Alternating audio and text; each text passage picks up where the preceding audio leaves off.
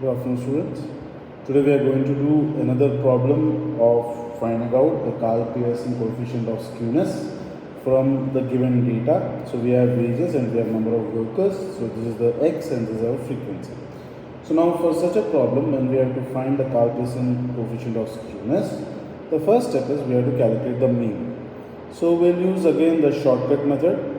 That means we'll take assumed mean value, and using that we'll calculate deviations, where d is equal to x, which is the wages here, minus a assumed mean value, ideally one of the central values here, divided by c. So how do we take a and c? We'll see in 1 second, but before that let us calculate the total of all the frequencies, which is our n. So 5 plus 10 plus 15 plus 40 plus 22 plus 8 plus 10 plus 6 plus 4 gives me n equal to 120. Okay. So now that I have calculated n is equal to 120, let me move on to calculating the deviations. So I have to take one of these central values. So I'll take a as 130 and c ideally should simplify the calculations for us. So it can be any value, but here we will take it as the difference between any two values. So 126 minus 125 equal to 1. Okay, so we don't need to take any value of c because c is equal to 1, but just for consistency's sake we will divide all the values by the value of 1, which is c.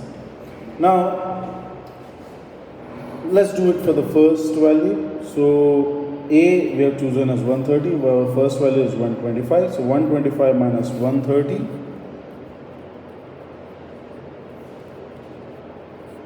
is equal to minus 5. So 125 minus 130, which is x minus a, divided by c.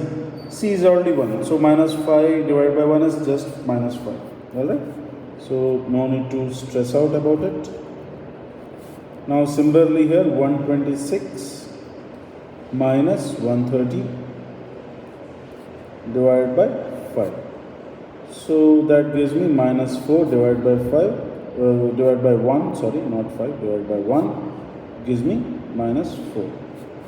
127 divided minus 130 divided by 1, that gives me minus 3, and so on. So you can do the rest. The values which we get are minus 2, sorry, minus 2, 0, 2, 4, 5 and 6. How? Please do the calculations, you will get the values. Now the next step for calculating mean, we have to take f into d.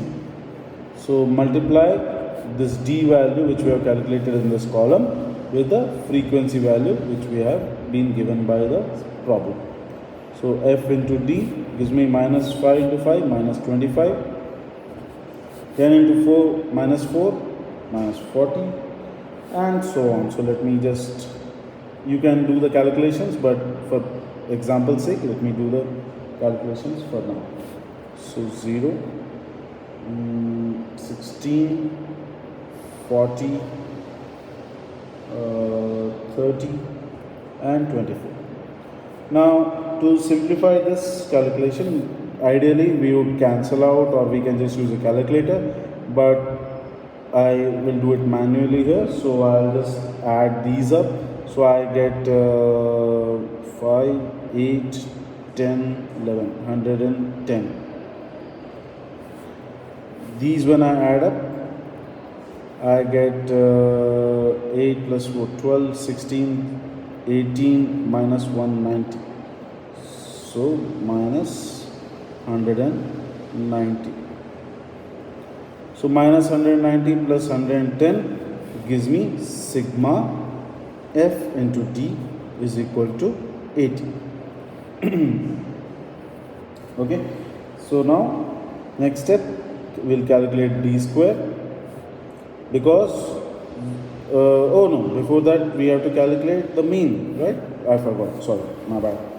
So mean value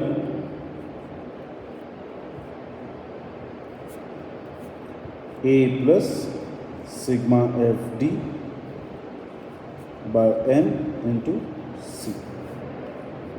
A is 130 here, which we assumed here. So 130 plus sigma FD, which is minus 80. Oh, I forgot the sign here, minus 80. Okay.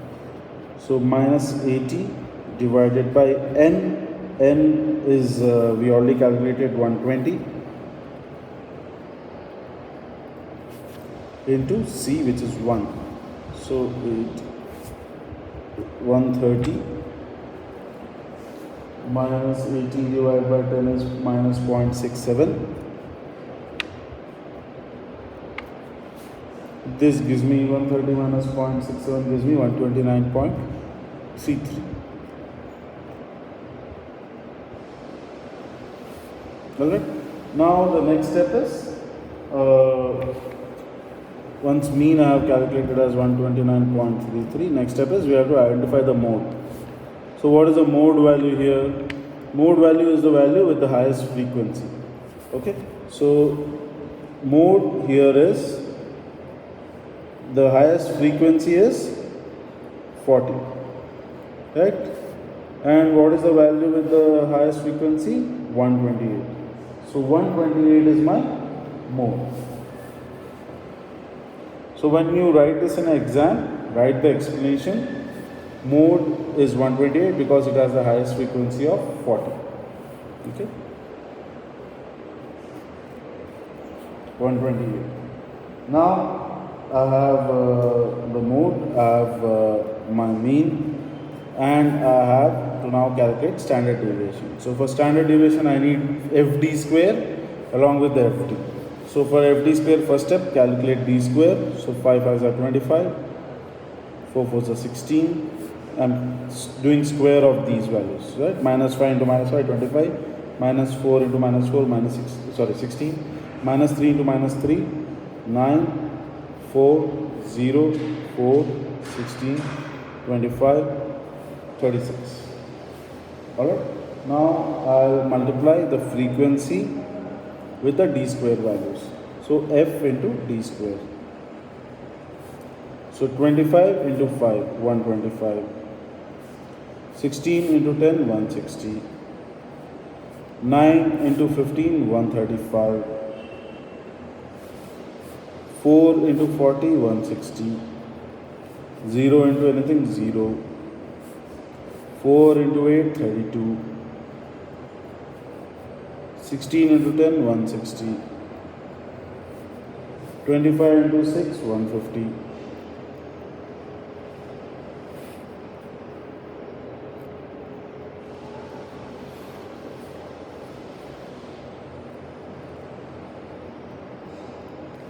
So the sum of all these values comes to 1066.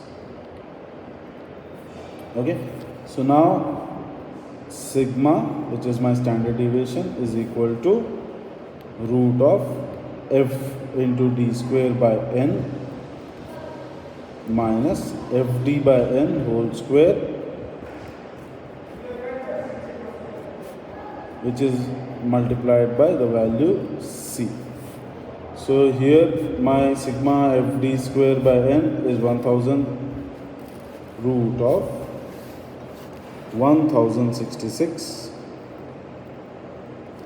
divided by 120 minus fd by n, right? So minus 80 by 120 whole square. This whole thing multiplied by c, which is 1 here, so that I can ignore. Anything multiplied by 1 is the value itself. Okay. 1066 divided by 120 gives me 8.883. Minus 80 divided by 120 gives me minus 0.67.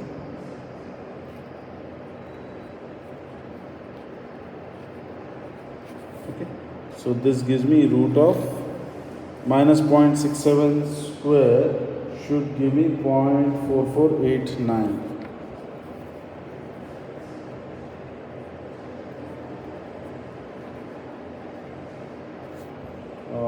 Point 0.4489.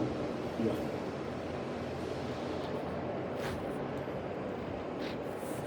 So now this gives me the value 8.883 minus 0.4489 gives me root of 8.4341.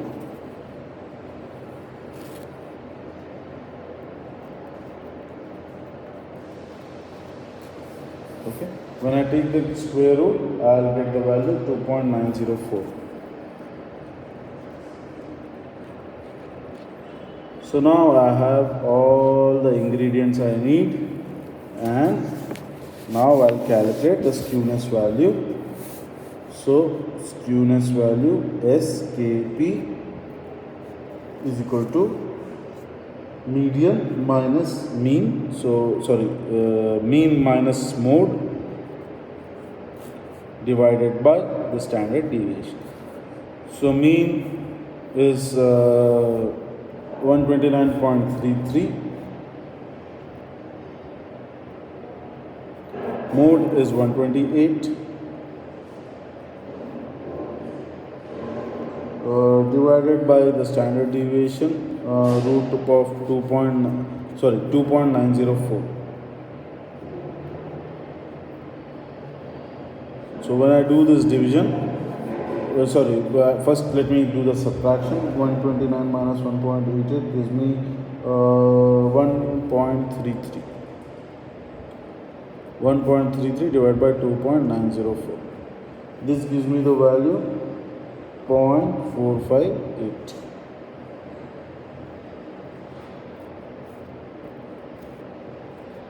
So now once I have written this, what do I have to tell?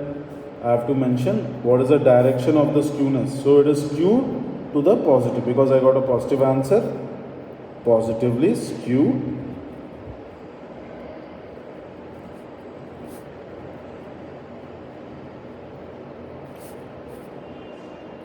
Second, not highly skewed or mildly skewed. Okay, so not highly